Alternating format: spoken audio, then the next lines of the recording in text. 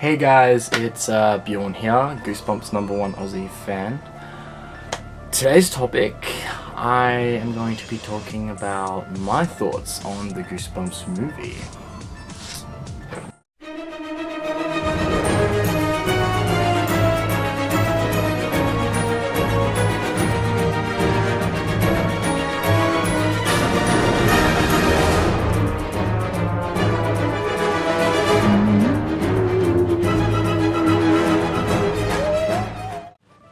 So yeah, I have finally seen the Goosebumps movie. It has just come out in Australia, so yeah, I'm actually doing this video a bit late. I did see the movie about a week ago, but I just haven't really had time to do any videos, so I'll probably be uploading like 3 in a row. But yeah, I have seen the movie, and honestly, like complete honesty, as big a fan as I am, I'm gonna say 8 out of 10.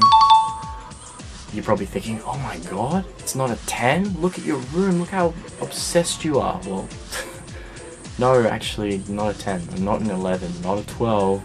It's an 8. There's reasons for that. Now, the main issue with it, the biggest thing that I saw wrong with the movie, I didn't hear the theme tune once.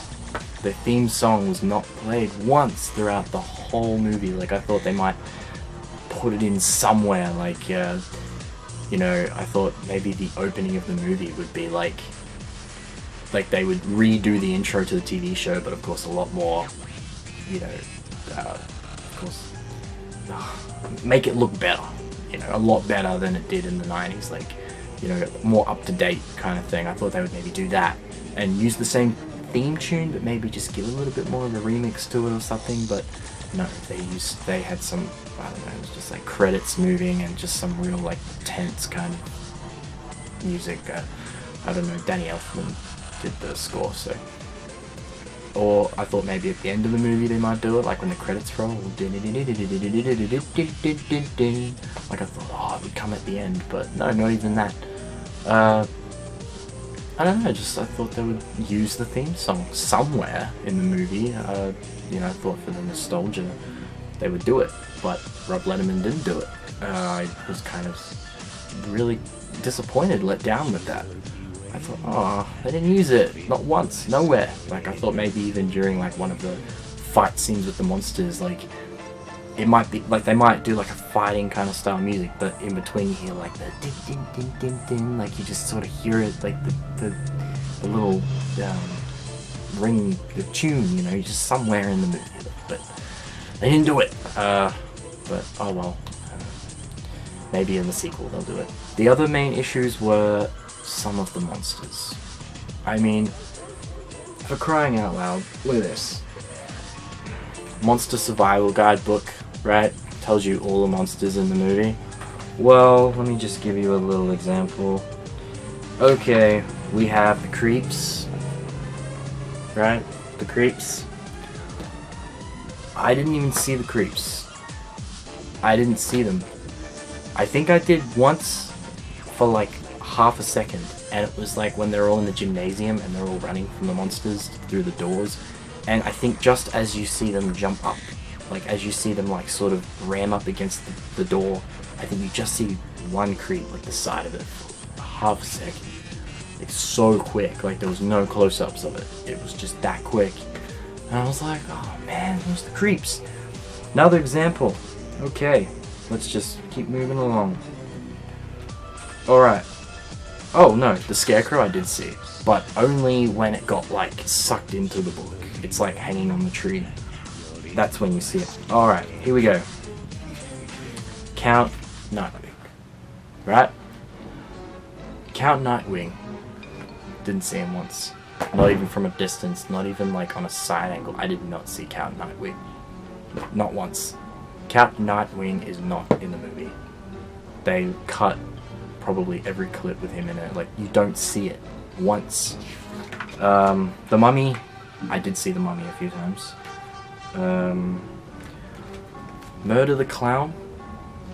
Why did they focus on him so much? Like, I know they brought out the book Nightmare on Clown Street, and he's kind of in that, but really he's not a nostalgic Goosebump character, and they focused on him a hell of a lot.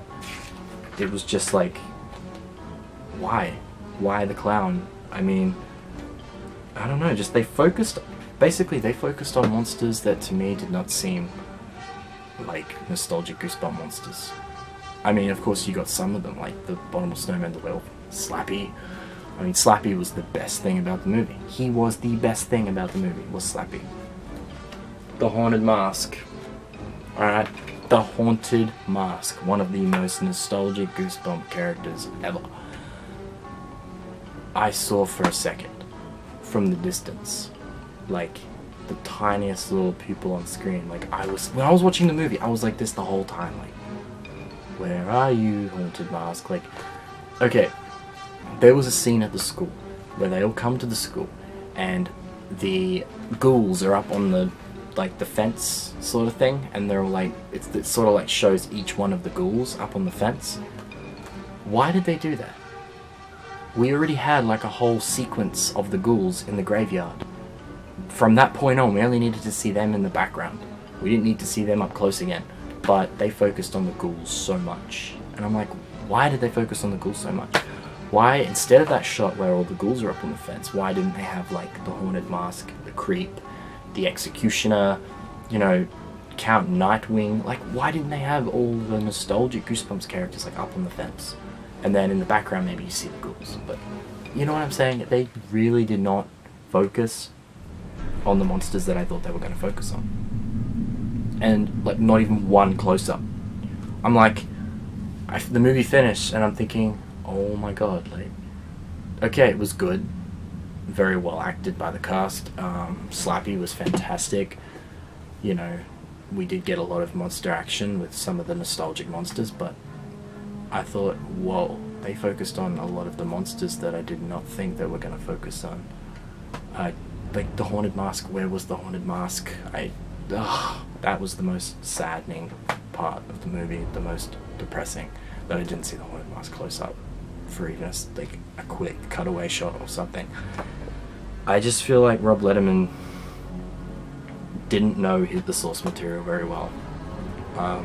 Guys, I've been a fan of Goosebumps since I was 5. You know this. You know my room. You know how obsessed I am. But I just feel like he didn't know the source material very well. Because if I was directing that movie, I would have made sure that the Haunted Mask and the Executioner all got a close-up. You know, I would have made sure that the shot along the fence was all of them. You know, I saw the Executioner close-up twice when they're all walking in that like abandoned carnival thing.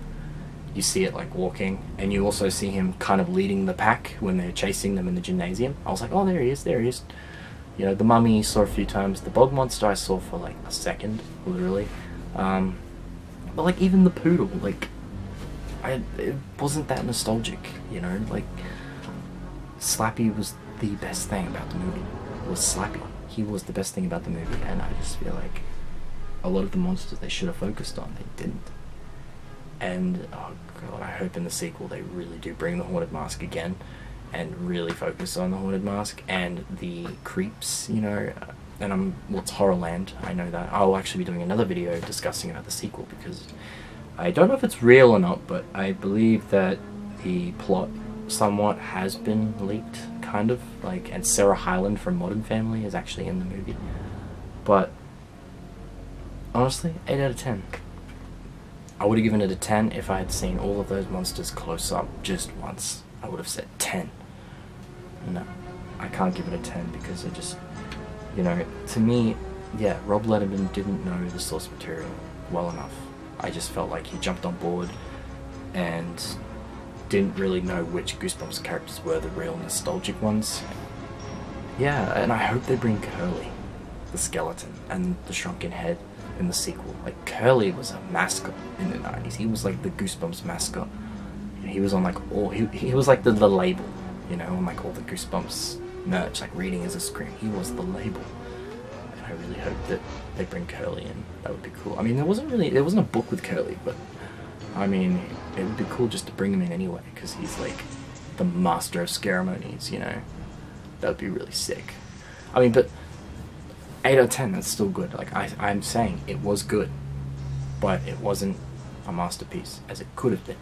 It just was lacking in areas that Rob Letterman should have really foreseen. And Slappy was fantastic. He was the best thing about the movie. Like, it was just fantastic how he was fantastic in it. What can I say? The cast were all good. I mean, Zach, I felt, was just like Dylan Minnette. Like I've said, he's fantastic. He's a great actor. I think he was really good in the movie. Jack Black was good. He was good. Some of the lines he delivered were a bit odd though at times. Like the part where he says, "Slappy's gonna come for me," and what was the whole line again?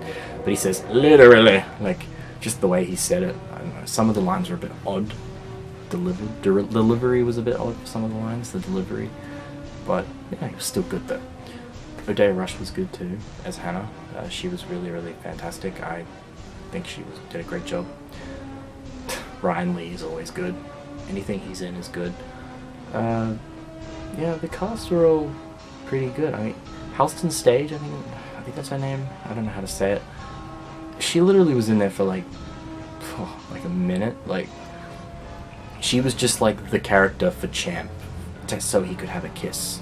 She was like the character so that Champ could get a kiss in the movie. Like, she was there for that reason, I think. But I think in the sequel she's playing a bigger part. So, but yeah, overall, 8 out of 10. 8 out of 10. So it's good, but not a masterpiece. I love Goosebumps. It's my favorite thing in the world. R.L.Stine is my hero, like my all-time hero. But the movie, a lot more could have been done. I just think, yeah, Rob Letterman at the end of the day did not really know the source material as well as he should have known. Like, they should have really picked someone that knew the source material. I think someone that really knew which characters were important and which ones had to be shown. You know what I mean? Like, the ones that really had to be featured, I think. But the ones that we grew up on that were so nostalgic back in the day were all in the background. They were the background extras. But yeah, at least they did focus on, you know, the Welfare Fever Swamp, Slappy, the Lawn Gnomes. You know, they did focus on a lot of the iconic ones too, but so many, like the ghouls, I felt didn't need to be so up front. They could have been background ones because, you know, we had that sequence in the graveyard. So I thought, you know, when they all come to the school, we would get to see all the really awesome, like the haunted mask and the execution and the creeps, and I thought we'd get to see like all of them when they come up to the school, but no, didn't happen. But oh well. Well guys, that's my thoughts on the movie. 8 out of 10, a B. Alright, I will do a discussion video very soon next week about the Goosebumps sequel.